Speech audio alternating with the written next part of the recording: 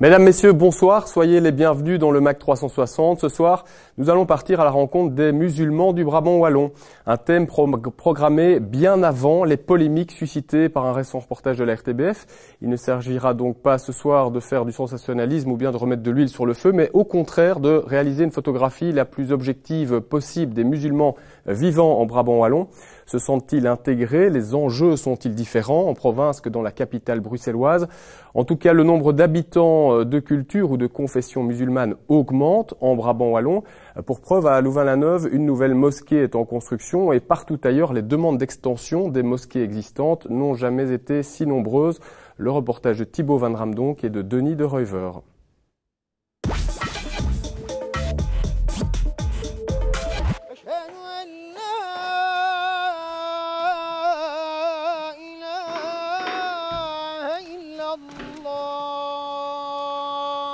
Dans le Brabant wallon, pour pratiquer sa religion, la communauté musulmane dispose de 4 mosquées reconnues et subventionnées par la région wallonne. Il y a un lieu de culte à Wavre, à Tubize, à Nivelles et à Cour-Saint-Étienne. Mais ces dernières années, cette communauté s'est élargie et les mosquées aujourd'hui sont devenues trop petites pour bien accueillir les fidèles et permettre aux hommes et aux femmes de prier séparément.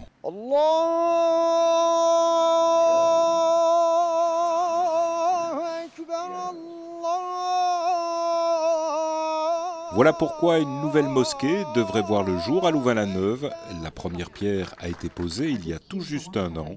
Et à Cour-Saint-Étienne, la mosquée Assalam devrait prochainement déménager sur le site de la résidence Chantebrise.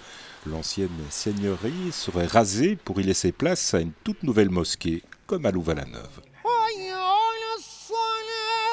Aujourd'hui, il y aurait environ 10 000 musulmans résidant dans le Brabant wallon.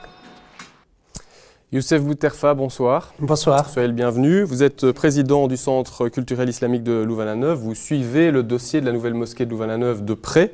La première pierre a été posée l'année dernière après plus de 10 ans d'attente. Alors ce ne sont pas des réticences liées au culte qui ont bloqué là-bas du côté de Louvain-la-Neuve? Oui, je pense tout à fait que ce n'est pas dû à ce culte. En fait, j'ai l'impression, c'est moi qui ai fondé cette ASBL donc il y a en février 99.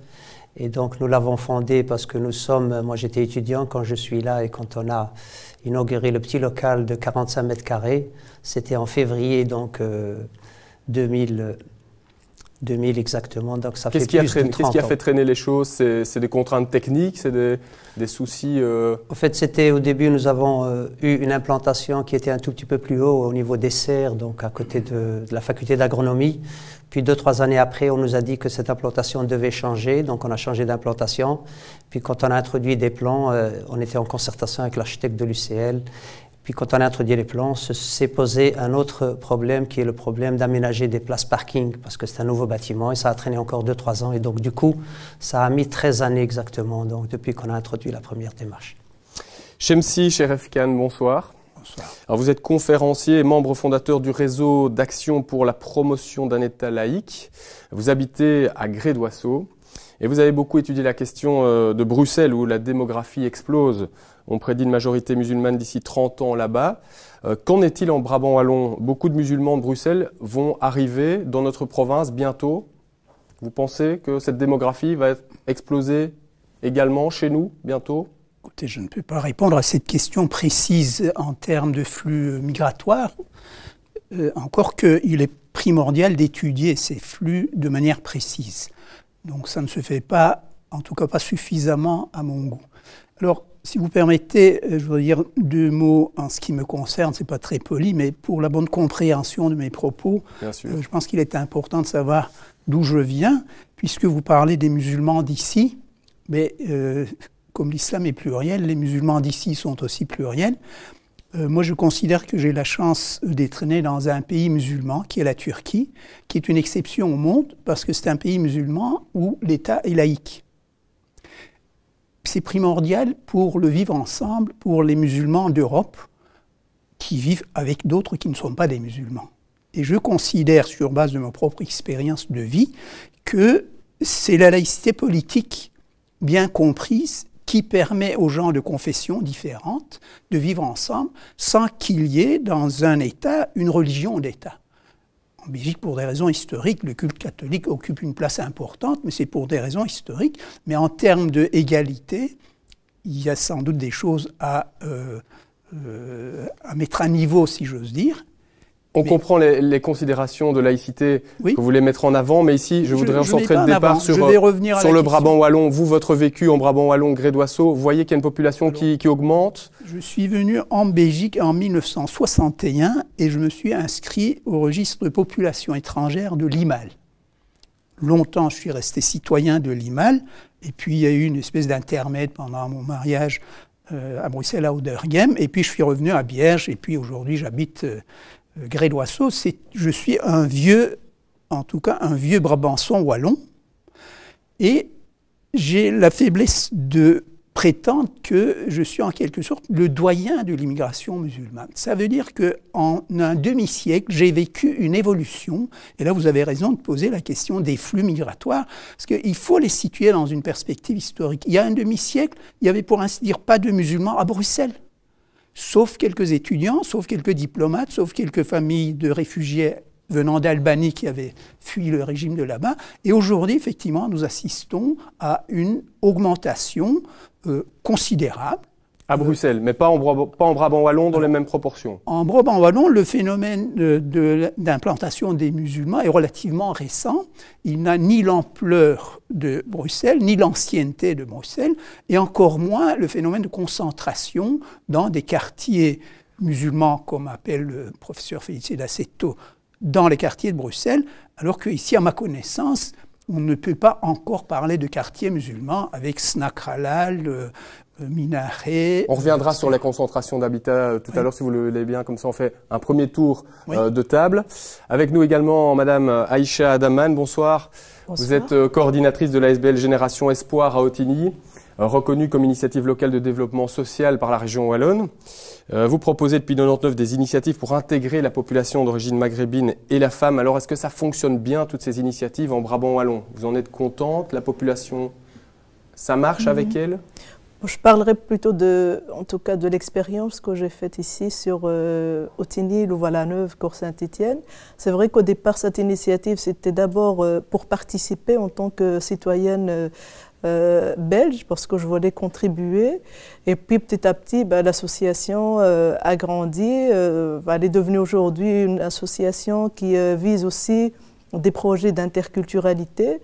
On a des projets qui concernent peut-être les femmes qu'on appellerait femmes de première génération, pour lesquelles dans les années 70 on ne proposait pas grand-chose dans les quartiers, en tout cas en termes d'alphabétisation. Vous leur proposez quoi concrètement? Des cours de français en tout cas. Et alors parmi ces femmes, il y a aussi les femmes qu'on appelle aujourd'hui des primo-arrivants, donc qui arrivent en Belgique dans le cadre de regroupement familial ou par d'autres façons. En tout cas, leur arrivée ici en Belgique, quand elles arrivent, certaines n'ont jamais été scolarisées par exemple au Maroc.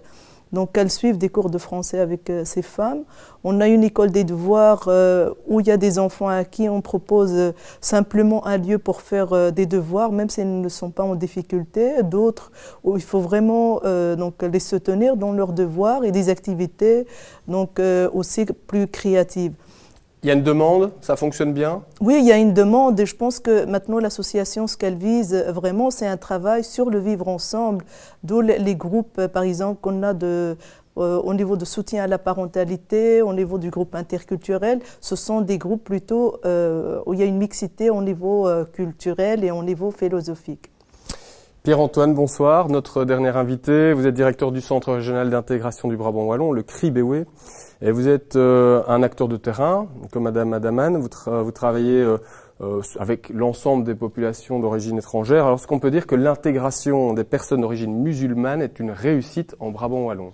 Alors pour nous, c'est difficile évidemment de quantifier cela, puisque on s'adresse à l'ensemble de la population étrangère présente en Brabant wallon, et donc lorsqu'on rencontre ces personnes-là, on ne leur demande pas quelles sont leurs confessions, puisque ça reste dans la sphère privée de l'individu. Et donc on peut dire qu'on a une intégration de la population arabe, par exemple, ou d'origine marocaine sur le Brabant wallon, mais on ne rentre pas évidemment par nos missions dans le côté philosophique de la personne. Vous, dans votre vécu, vous sentez que ça se passe bien? Alors dans le vécu, différent moi je pense pense que ça... sur Bruxelles, ici c'est plus calme comme climat? Oui, c'est plus calme, mais comme l'a dit dit mon voisin, je veux dire, c'est plus calme aussi parce qu'on n'a pas non plus d'endroit où se concentre la population. Elle est justement bien établie sur l'ensemble du territoire. Et donc, généralement, ça se passe bien. Maintenant, il y a toujours des difficultés vécues par certaines populations, notamment en termes d'accès à l'emploi, en termes d'accès au logement, mais qu'on retrouve dans toute la population belge ou étrangère présente en Brabant wallon.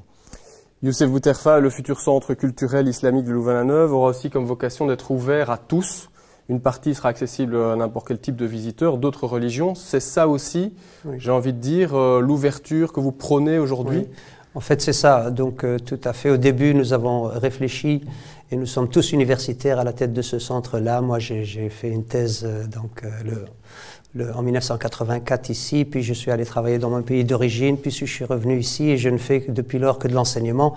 Donc, connaissant Louvain-la-Neuve, j'ai vu les quartiers se construire et puis on s'est dit il faut profiter justement du fait qu'on soit sur l'université pour essayer de présenter l'islam d'une autre façon et d'être ouvert donc justement à toute cette chance que nous avons. Il y a plus de 126 nationalités ici sur Otigny-Louvain-la-Neuve et donc nous avons prévu plus du tiers de la surface du bâtiment pour que ce soit ouvert à tout le monde. Cela n'empêche pas que les gens puissent aller dans la salle de prière s'ils le souhaitent, mais il y a un espace où ils viendront. C'est pas comme ça partout, l'ouverture, en tout cas, nous autres, on a voulu faire ça et puis c'est en accord avec nos convictions et nos principes. Et donc, il va y avoir une bibliothèque, on va dire, de référence dans ce domaine-là. Et puis, un espace qui est ouvert, on va dire, toute la journée. Des journées portes ouvertes et plein d'autres activités que nous avons l'intention de mettre au point. Jemsi Cheref Khan, on l'entend ici, une ouverture n'est pas comme ça partout. On sent qu'il y a moins de tension en Brabant wallon. Il y a plus d'ouverture. Il y a certainement moins de tension et plus d'ouverture d'après ce qu'on vient de dire, mais je pense malheureusement qu'on ne peut pas généraliser cette ouverture qui est ici exemplaire. Et je suis assez choqué d'entendre dire que cette initiative n'est pas subsidiée, alors que les cultes reconnus peuvent normalement bénéficier de subsides pour la construction d'édifices religieux. Donc là, il y a, on peut dire, 2 poids 2 mesures, et sur ce plan-là, la Belgique doit évoluer. C'est soit un traitement égal pour tous, soit pas d'intervention du tout, mais pour personne. Pierre-Antoine, on vous voit dire oui de la tête. Oui, mais tout à fait. Donc, moi, je suis tout à fait d'accord avec vous.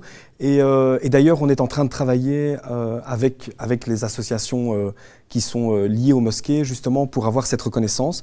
Et donc, dans le cadre de nos missions d'accompagnement du secteur associatif local, eh bien, on met en place une formation pour expliquer justement toutes les filières possibles, administratives et institutionnelles, pour justement faire reconnaître les mosquées et obtenir alors un financement de la part de l'État.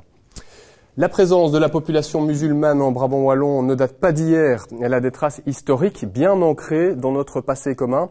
On vous rafraîchit la mémoire tout de suite en compagnie de Nathalie Waquet et de Katia Charlet.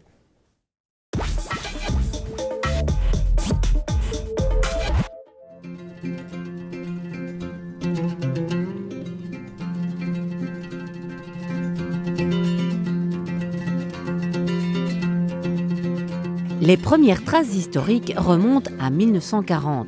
Ici, au cimetière français de Chastres, les stèles arabes côtoient les croix chrétiennes. 168 tirailleurs marocains, 131 soldats algériens et 3 Tunisiens, engagés par l'armée française, sont tombés ici lors de la bataille de Gembloux. 2 jours de combat qui contribuèrent à repousser l'armée allemande. Effectivement, il y a beaucoup de soldats français et marocains qui sont décédés ici et un hommage qui leur est rendu chaque année par la commune de Chastres.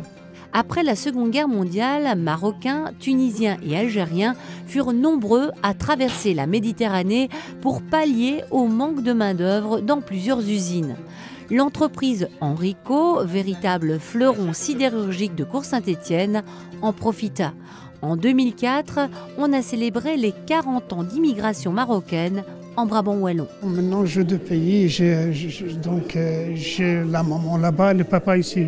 Donc, le Maroc, c'est ma maman, la Belgique, mon papa. En fait, c'est comme ça que je conçois ça.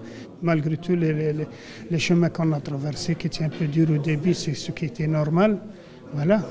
Comme ça, nos enfants et nos petits-enfants, ils savent qu'on est passé par des chemins et qu'on est arrivé ici pas facile et qu'on n'est pas tombé du ciel comme ça. On n'était pas. Voilà, on a laissé. Maintenant, je suis content qu'on a laissé une mémoire écrite. Une mémoire et une histoire commune à souligner dans le travail d'intégration de tous les jours. Aïcha Adaman, votre papa travaillait dans les usines Henrico à Cour-Saint-Étienne. Mettre en avant ses racines historiques, c'est important pour l'intégration, ça favorise cette intégration? Bien sûr, parce que je pense que savoir d'où on vient, pour moi, c'est savoir où on va. Donc, moi, je suis arrivée en Belgique à l'âge de 14 ans et à l'âge de l'adolescent, je me suis posé des questions par rapport à mon appartenance, qui je suis, ce que je fais ici, puisque je n'ai pas choisi de venir. C'est mon père qui a fait le regroupement familial et donc j'ai pris l'option en tout cas de m'engager en tant que citoyenne et de garder en tout cas ma religion et puis ma culture est devenue un peu une culture belgo-marocaine. Et je pense qu'avec ces trois éléments, j'ai pu en tout cas m'enrichir au niveau de mon développement et puis aussi contribuer au niveau de mon engagement au sein de l'association Génération Espoir. Donc savoir d'où on vient, pour moi, c'est vraiment très important. Pierre-Antoine, vous avez sorti un livre en 2010 sur les 40 ans de l'immigration marocaine en Brabant wallon. Il existe très peu, je dirais même peut-être trop peu, de traces écrites sur cet historique.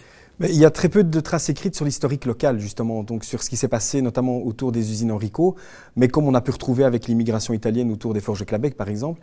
Et donc, dans ce cadre-ci, on a sorti un livre qui s'appelle Du Djebel à la Dile, où vous avez montré pas mal d'extraits dans le reportage. Et on est parti du patrimoine de Jocelyne Nassogne, qui avait justement toute une série de photos prises à l'époque. Et on s'est dit, mais c'est trop bête de garder ces photos dans des tiroirs, alors que ça pourrait justement bénéficier à l'ensemble de la population et montrer justement l'implication de ces populations marocaines qui sont venues en Belgique dans les années 60, mais pour travailler dans la sidérurgie, dans les usines, dans les mines. Et certains sont tombés pendant la guerre. Et certains, pour notre liberté, sont tombés. Oui, et donc là, on était plus dans les tirailleurs marocains. Qui sont venus se battre à Gembloux, notamment. D'ailleurs, la commémoration a lieu dans une dizaine de jours. Et donc là, il y a aussi un paradoxe, c'est qu'on a proposé à ces tirailleurs marocains de venir se battre pendant la Seconde Guerre mondiale sur les terrains de Gembloux. Et à côté de ça, on ne leur reconnaît pas leur pension en tant qu'anciens anciens militaires de l'armée française. Et donc là, il y a aussi un paradoxe. On les emploie et puis après, quand on n'a plus besoin d'eux, eh bien, on leur dit rentrez dans votre pays, mais on n'a plus place pour vous. Chemsi, Cheref Khan, on parlait de l'habitat tout à l'heure. Vu les traces historiques en Brabant wallon des travailleurs qui sont implantés en Henrico, etc., on a l'impression que ici, dans notre province, au niveau de l'habitat est mieux intégré. Il n'y a pas de ghetto comme à Bruxelles. Ça joue aussi sur la diminution de la tension, la meilleure intégration, le fait qu'il y a une disposition comme ça au niveau urbanistique qui est différente en province. On peut constater effectivement que pour le moment, en tout cas, il n'y a pas de concentration énorme de musulmans dans des quartiers qui seraient des quartiers exclusivement musulmans comme à Bruxelles. Il en existe à Bruxelles où l'élément ancien, si j'ose dire, autochtone a disparu. Quelles sont les erreurs à ne pas reproduire par rapport à Bruxelles? Alors, la chance que nous avons ici, c'est que d'une manière quasi naturelle, ce phénomène de concentration n'a pas encore eu lieu. Mais vu l'augmentation de la population, ça pourrait arriver.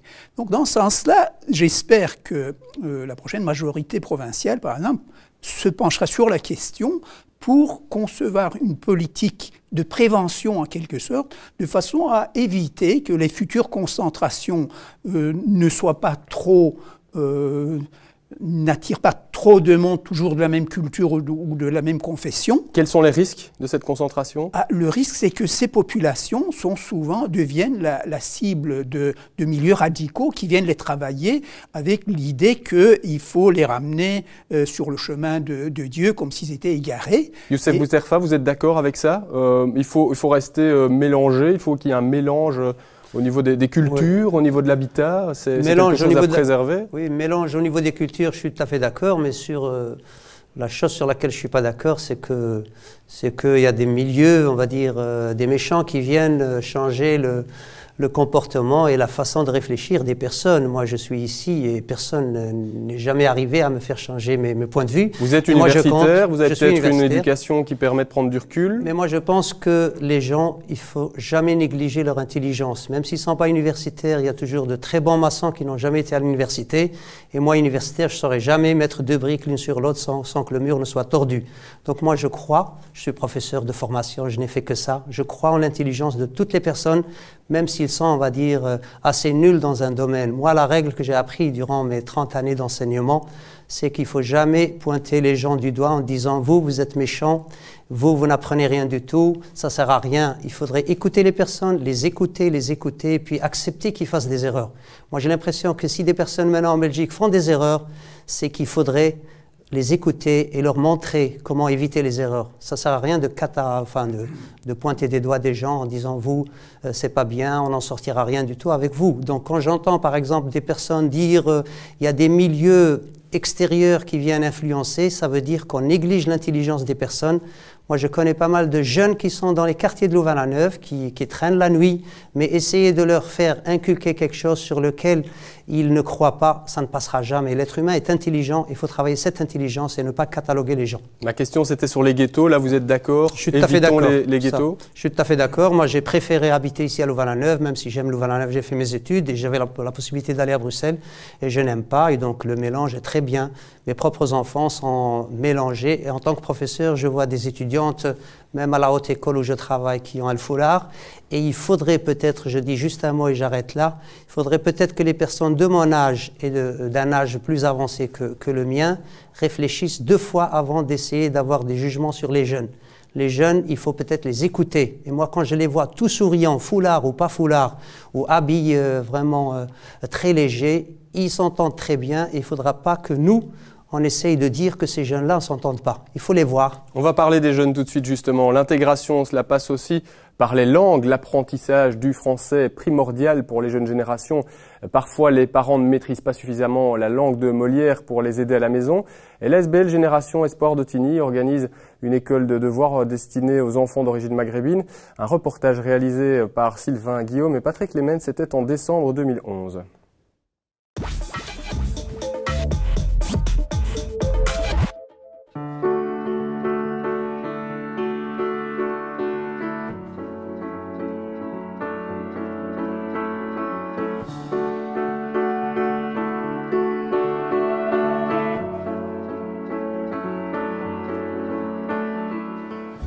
Génération Espoir s'occupe notamment des enfants issus de quartiers sociaux et présentant des difficultés scolaires. Mais plus qu'une école des devoirs, l'association propose un véritable accompagnement de l'enfant. Les enfants qui sont ici, c'est essentiellement des enfants qui ne trouvent pas l'aide dont ils ont besoin à la maison. Et donc ils sont là, on est là à leur disposition en fait, c'est pas comme une école ordinaire, hein, c'est une école de devoirs qui se nomme école mais qui en fait est un accompagnement des enfants. On est là également pour assurer leur épanouissement parce qu'il n'y a pas que le soutien aux devoirs, il y a également le développement intellectuel de l'enfant, l'intégration dans la société et voilà. Ils sont entre 15 et 20 à fréquenter l'école des devoirs chaque semaine, des enfants aidés grâce à cette association qui a débuté dans le but de permettre à la population maghrébine de prendre une part de responsabilité dans la collectivité locale. Aujourd'hui, Génération Espoir est parvenue à se diversifier. Nous étions un petit groupe de bénévoles donc il y a 10 ans et l'association a fort évolué. Donc aujourd'hui on est agréé par la région wallonne et nos objectifs c'est vraiment l'intégration, l'interculturalité et l'émancipation de la femme. Aïcha Adaman, ils sont encore nombreux les parents qui parlent uniquement arabe avec leurs enfants. Ici, en Brabant Wallon? Je pense qu'à la maison, c'est vraiment primordial de parler sa langue maternelle. Donc ça, c'est prouvé par, en tout cas, des scientifiques, en tout cas par rapport à l'apprentissage de la langue, c'est important de parler sa langue maternelle. Le souci, je pense qu'avec les enfants, c'est qu'ils ont moins accès parfois à la culture, parfois... je veux dire, quand ils arrivent à l'école avec, je veux dire, le fait de leur parler, je veux dire, en arabe ou une autre langue à la maison pendant 3 ans, ils arrivent à l'école, donc automatiquement, ils ont moins de vocabulaire, quoi. Et je trouve que c'est à l'école qu'on devrait enrichir justement leur vocabulaire pour rattraper peut-être le retard. Et je pense qu'un enfant, je veux dire, peut facilement dépasser ces difficultés. Et je pense qu'on a des enfants qui sont moins suivis à la maison parce que soit l'un des parents ne parle pas le français, parce qu'on a aussi des personnes, parfois même disons, peut-être pas la première génération, mais qui sont arrivés parfois dans les années 70-80, mais qui n'ont pas été scolarisés au Maroc. Donc ils ont de jeunes enfants, ils ne savent pas les encadrer. Et d'autres, ils viennent juste pour trouver un lieu, parce que quand ils voient qu'il y a d'autres enfants qui font les devoirs, bah, ça les incite à mieux travailler, en tout cas faire leurs devoirs. Et je voudrais juste préciser que c'est pas spécialement pour des enfants d'origine maghrébine, mais il y a aussi des enfants belgo-belges qui, en tout cas, qui viennent à cette école des devoirs. Youssef Bouterfa, vous avez fait des études, vous l'avez dit, c'est une clé pour l'intégration, cette scolarisation? Oui, tout à fait, c'est certain. Donc moi je trouve deux choses. Vous avez parlé tout à l'heure de ces ghettos. Moi je suis contre absolument ces ghettos. Mais il faut voir historiquement pourquoi est-ce qu'il y a des ghettos. Si un illettré vient du Maroc ou de l'Algérie dans les années 60 et il ne parle pas la langue, évidemment il va se mettre à côté des gens qui parlent la même langue que lui. Moi j'ai fait ma jeunesse dans mon pays d'origine. À l'école primaire j'avais des enseignants français, à l'école secondaire français. Puis à l'université, j'ai fait ma licence là-bas en français et j'ai vécu, et maintenant avec le recul, j'ai toujours vu ces gens-là et je les ai jamais vus au marché. Quand ils viennent, c'est entre eux, dans la voiture, avec un chauffeur et il y a une dame qui va faire les courses pour eux.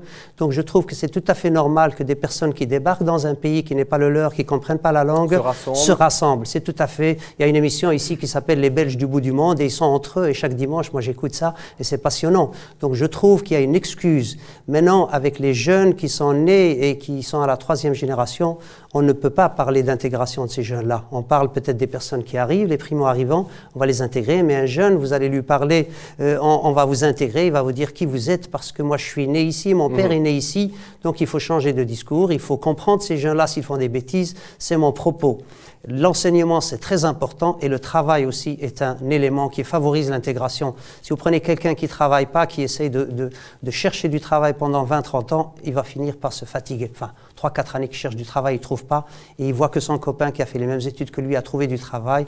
Évidemment, il va se replier sur soi, c'est tout à fait naturel. Tout est lié, l'emploi. Monsieur Chemsi, Cherif Khem, vous vouliez réagir par rapport aux propos de Monsieur Bouterfa tout à l'heure? Je voudrais surtout réagir par rapport à l'émission. D'abord, je vous félicite d'avoir pris cette initiative et j'espère qu'il y aura d'autres émissions du même type. Il serait, à mon avis, intéressant de faire une distinction entre la question de l'immigration musulmane ou non, mais la question de l'immigration, de l'intégration, du vivre ensemble. Donc ce sont des questions essentiellement d'ordre sociologique, discrimination, logement, emploi, donc toutes ces scolarités, toutes ces questions sont éminemment importantes. Mais la question de la religion musulmane est une question en soi et on ne peut pas dire aujourd'hui qu'au bout d'un demi-siècle de présence musulmane, l'islam ait vraiment trouvé sa place dans ce pays, alors que ce culte est reconnu depuis 1974. Donc, monsieur vient de dire, par exemple, que la mosquée de Louvain-la-Neuve, qui est une excellente initiative d'ouverture, etc., n'est pas subsidiée. Ça, je pense que on ne peut pas admettre ça. Il faut un débat sans tabou sur ces questions. Au niveau politique, alors? Au niveau politique, mais au niveau aussi de l'opinion publique. Donc tout à l'heure, monsieur disait aussi que par rapport à ce projet de mosquée, il n'y avait pas eu de réticence par rapport au culte. À Louvain-la-Neuve, j'espère bien qu'il n'y a pas eu de réticence parce que la population de Louvain-la-Neuve est aussi, de son côté, une population ouverte à l'altérité. Mais il y a des endroits, notamment de Wallonie, il ne faut pas aller très loin, où la population s'oppose résolument à la construction de mosquées. On tague les murs, etc. Donc il y a une hostilité. D'où vient cette hostilité? À quoi c'est dû? Donc il y a encore du travail à faire, on vous a compris? Mais, tout à fait, mais j'aime pas qu'on balaye du revers de la main, qu'il n'y a pas de problème et qu'on fait confiance à l'intelligence des jeunes. Ça, c'est un optimisme. Il faut placer des balises concrètes, c'est ça que vous voulez dire, au niveau politique, prendre des engagements, tracer des directions. Pierre-Antoine, vous, votre conviction là-dessus, vos idées là-dessus, sur l'emploi, sur les balises à poser pour encore améliorer cette intégration, je pense qu'il va être temps de conclure. Alors, il y a un enjeu politique d'office, hein, puisque le législateur, évidemment, peut aussi amener toute une série de balises. À côté de ça, je pense aussi qu'il y a la manière dont ça se passe sur le terrain avec les personnes. C'est vrai qu'il y a des quartiers où il y a des communes en Wallonie où ça se passe mal, l'implantation d'une mosquée se passe mal. C'est vrai qu'en Brabant-Wallon, on a la chance, je dirais, de dire que ça se passe bien, mais je pense qu'il y a aussi la cohésion sociale et la mixité sociale qui amène justement cette possibilité. À partir du moment où les gens se côtoient régulièrement, que les gens apprennent à vivre ensemble, mènent des projets communs, si après il y a la volonté de reconnaître le culte et d'avoir l'implantation d'une mosquée, eh bien si les gens se connaissent, l'implantation se passera d'autant mieux. Et c'est un peu ce qu'à Louvain-la-Neuve, ils ont voulu faire comme initiative depuis une douzaine d'années, quoi. On va conclure avec vous, Madame Adaman. C'est vrai que le terme « vivre ensemble » a été, je pense, prononcé par nous quatre.